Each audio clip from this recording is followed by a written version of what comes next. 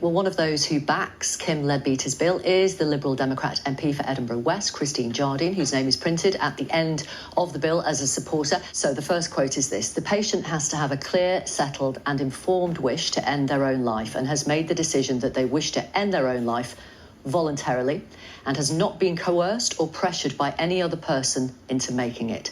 And 2 doctors or registered medical practitioners have to be clear that the person hasn't been pressured or coerced." How would anyone know if someone had been coerced? I think we're talking here about people who are in a heartbreaking situation, and the doctors who've been dealing with them, who've possibly gone through their treatment, through the diagnosis, because they do have to have a terminal diagnosis with an expectation of perhaps 6 months at the most. They will know that person. Sure. And they have the medical knowledge, and they are, if you like, trained to deal with people and to read, you know, if they're being blunt, open with them, and judge those. But I think we should remember. No, forgive me. Sure. The question is, how would anyone know if someone was being coerced? That is something that they would hopefully there would be questions. They would examine the person, and I think they would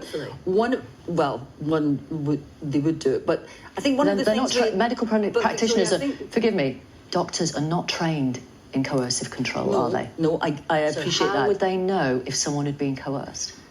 What is happening in this is that the impetus for this bill, the impetus for this change in the law, is coming from people who are finding themselves. Is coming from.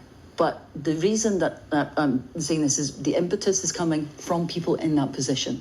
So people that's the answer to a different question. I come back to my question: how would anyone know if the patient had been coerced? If you are with someone who is, as we have all been, who is facing the end of life and who wants to have the choice to end their life, there is a sincerity about what they say. It's a very emotional conversation, and there is something about the way that they approach it.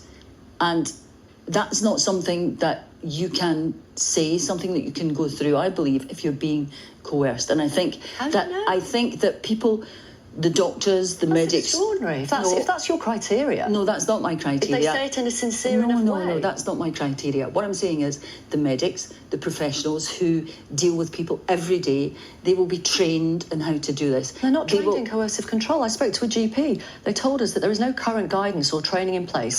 But if the law is changed, that is when there will be safeguards put in place. Hang on.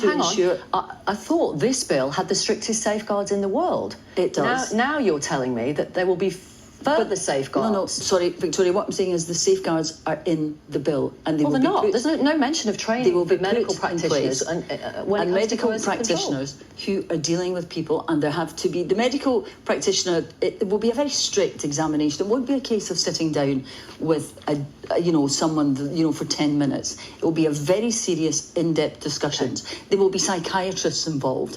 If that addresses your point about coercive control, psychiatrists can be involved. There will be examinations. The medical practitioners who, remember, sign an oath, first do no harm. Absolutely. They will take this very seriously and ensure that every possibility is covered.